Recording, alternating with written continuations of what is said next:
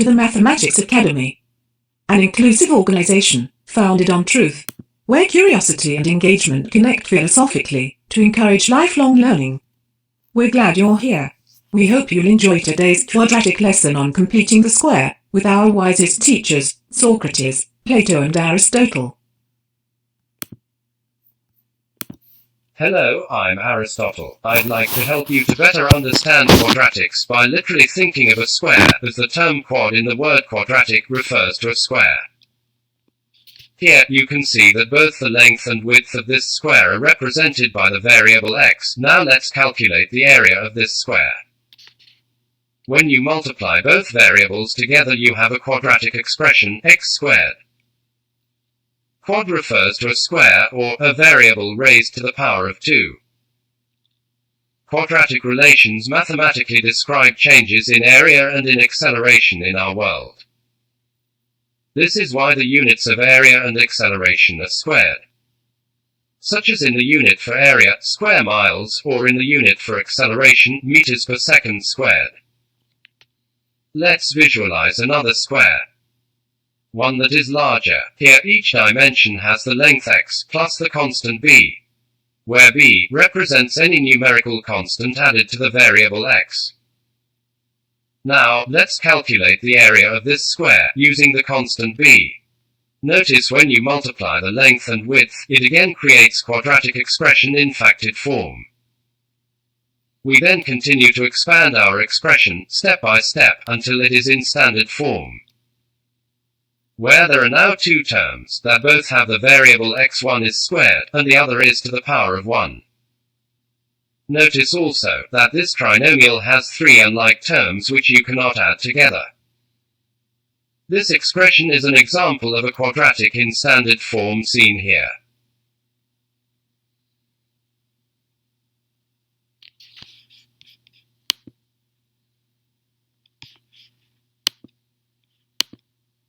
Many of my students find this form frustrating because you can't add any of these unlike terms, and it's very challenging to isolate and solve for the variable x algebraically.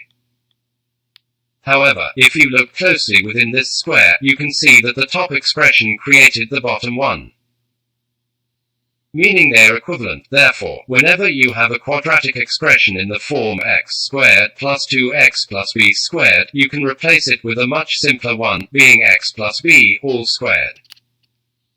This is extremely helpful, because in the top expression, there is only one term with the variable x, and it isn't squared. It's to the power of 1. This x variable is simple to isolate using algebra. This is called completing the square. This is a powerful mathematical tool you can use to solve any quadratic equation algebraically. So, if you can draw a square with the dimensions x plus the constant b, you can solve any quadratic. Now, I would like for you to learn from my mentor's teacher, Socrates. Greetings, I'm Socrates. Let's learn more about completing the square together by beginning with what you learned from Aristotle, the very useful and now memorable equation. Y equals x plus b squared.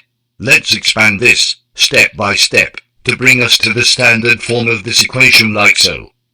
Now, we have revealed the recipe for completing the square, from standard form, showing us all the necessary components. Three unique terms with very specific coefficients. Notice how the first term, x squared, is the coefficient of 1.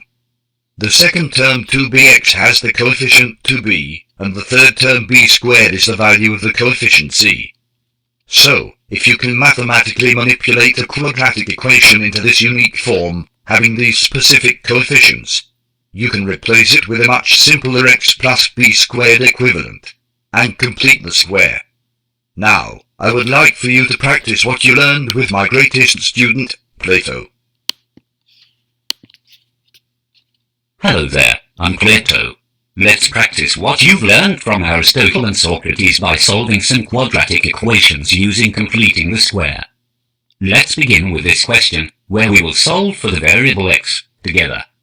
Do you remember the original square Aristotle showed you seen here below? Good.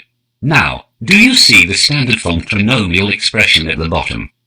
We are going to transform our problem equation so that it matches this exact form. Since our first x squared term matches the one below, we know that the coefficient for the second term, positive 4, seen in green, equals to b. Therefore, b must equal to, and then b squared must equal 4. Now we can construct this quadratic by adding in our mathematical components, like so. Notice how I'm moving the negative 6 out of the way so that I can incorporate the b squared term, positive 4, seen here in gold. You may be asking yourself, why did I also add a negative 4 into this equation? Good question. If I had only added positive 4 alone, I would have changed the quadratic relationship represented by the original equation, and this would be incorrect. But, by adding the additional negative 4 term with the positive 4, we are not changing the equation as both terms add to 0. In doing so, you can see that what is highlighted within this red rectangle is precisely the quadratic form that is required to complete the square. There, it's done. Can you now see that we have replaced the complex quadratic expression within the red rectangle with simply x plus 2 squared? Pause for a moment. Don't you feel better seeing that there is now only one x variable in this new equation, and that this x is to the power of 1? Let's isolate x and solve this quadratic. After adding negative 4 and 6 together, we will set y equal to 0 as we know that the solution for this quadratic is where this parabolic curve crosses the x-axis of the Cartesian plane. Next we algebraically move negative 10 to the left side of the equal sign. We then square root both sides and move the positive 2 to the left. We now have our solution. Do keep in mind that when you square root the 10 it is both giving us two possible solutions. Good work. Let's try another problem that is slightly harder. Seen here. Right away, here you can see that we have a different coefficient value in front of our x squared term, positive 2, seen here in purple. This coefficient must be a positive 1, in order to complete the square, so we then must first factor out this value from both the first and second term, like so. Now, do you remember Aristotle's original square, seen here below? Great. Recall the standard form, trinomial expression at the bottom. We are once again going to transform our problem equation into this exact form. Now that our first x squared term, within the purple parenthesis, matches the one below, we know that the coefficient for the second term, positive 4, seen in green, equals to b. Therefore, b must equal to, and b squared must then equal 4. Now we can construct this quadratic by adding in our mathematical components, like so.